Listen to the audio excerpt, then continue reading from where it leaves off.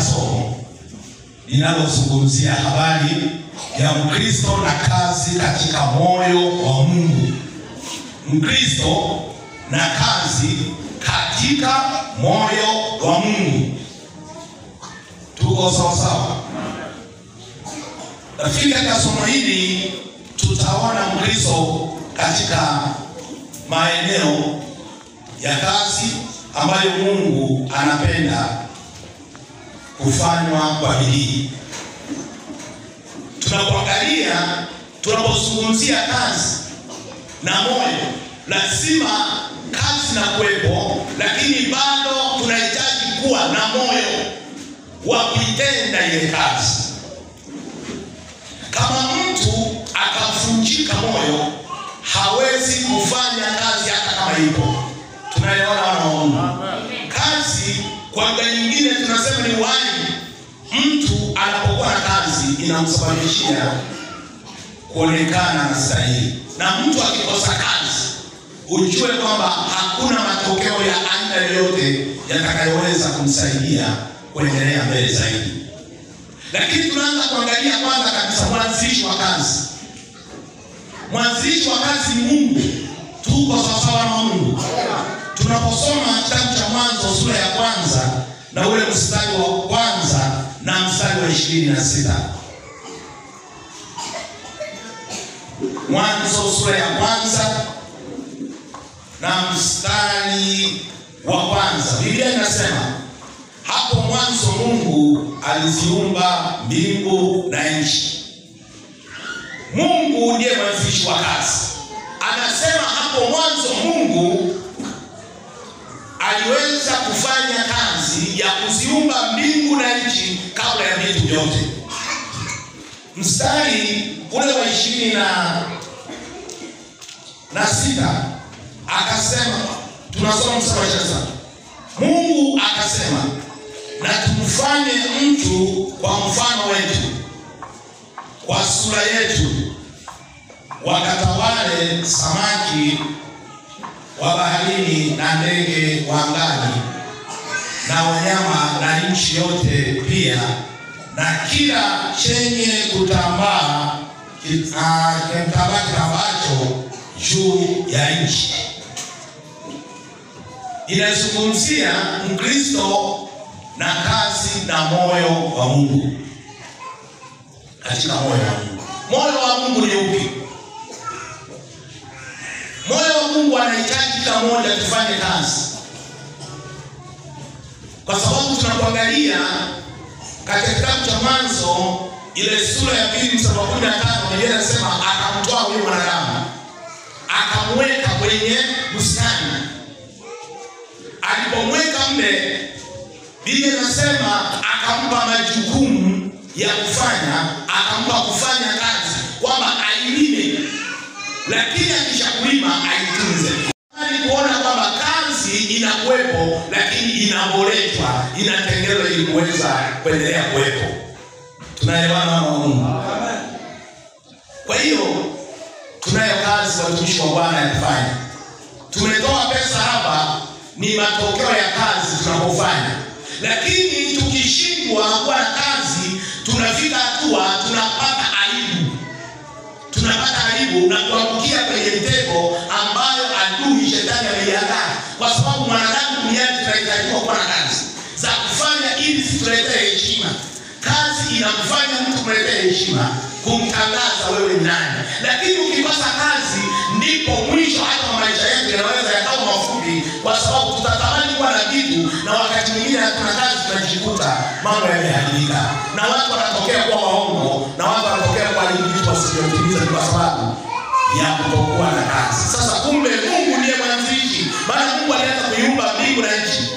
Lakini pia akasema na nimfanye mwanadamu ambaye atakayetawala. Kutawala maana yake ni kuendeleza kazi na utumishi wa kiungu. Tuko sawa na Mungu. Nikazungumza sasa kwamba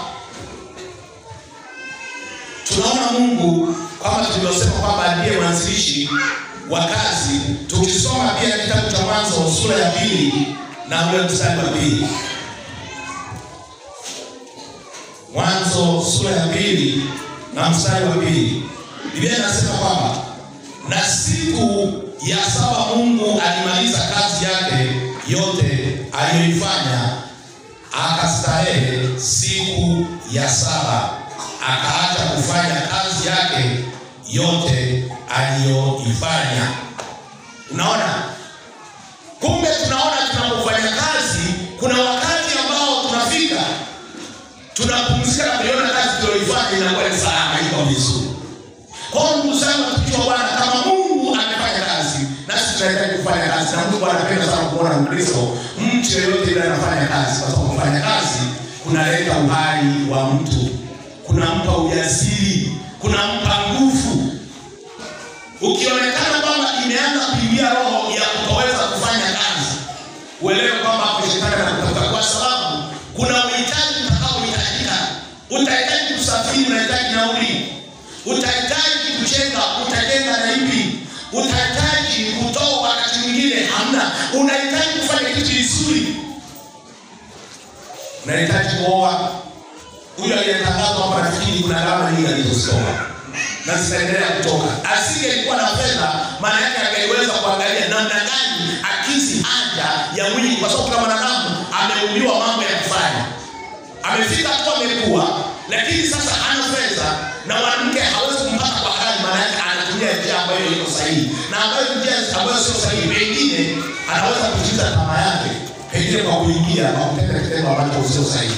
Kwa hiyo maana yake kwamba kilichomfanya amekosa fedha. Na kwa nini amekosa fedha?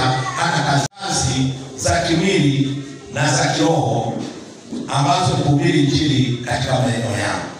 Bwana Yesu asifiwe sana.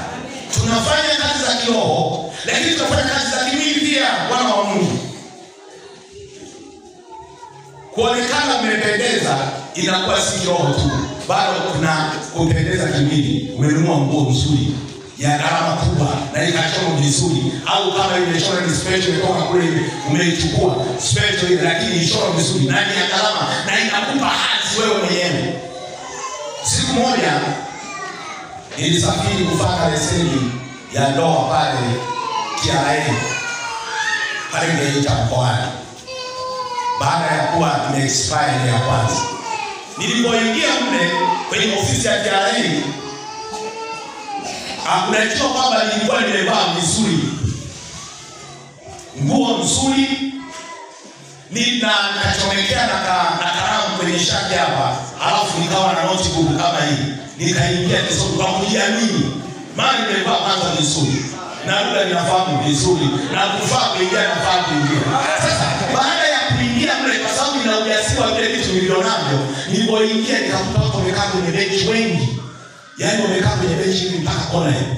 Nilipofika pale, kwa sababu nimevaa vizuri kwa sababu ya amani ambayo Bwana amenipa, na nikachora mimi nguo nzuri ya kunivaa. Nilipoingia pale ikanitambulisha, ikanipa hands kufika pale. Nilipofika nikasema kwa walizeni, wengine shikamoo, wengine wanasema sawa shikamoo inakuwaje, wanafikiri mimi ni nani? Basi nikaingia kwenye makompyuta sasa kule waliko. Nilipofika tu kwa ile mama wale walikuwa wanaingia kwa foleni, nikaingia moja kwa moja. Waliponiangalia akasema huyu yawezekana ni ofisa fulani hapa mimi. Baadaye nikaona watu wamedua. Walipoona wakatoka kwenye kompyuta wakasimama. Wakasema tumishi watu tusaidie nini? Tumishi tusaidie nini? Asema nimepata leseni ya udereva. Nimepata message kwamba imekwisha kufika. Baadaye ndipo mtu mmoja hivi kisha acha kufanya hiyo kazi, kushughulikia kwanza huyu.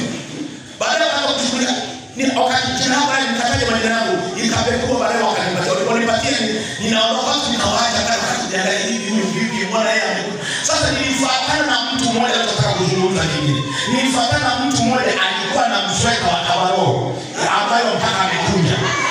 Na yeye amepata leseni ya ndoa. Yaani ni leseni ya urepa. Alipokuwa tumefuatana yeye akapita, wewe rudi kwanza, wewe rudi.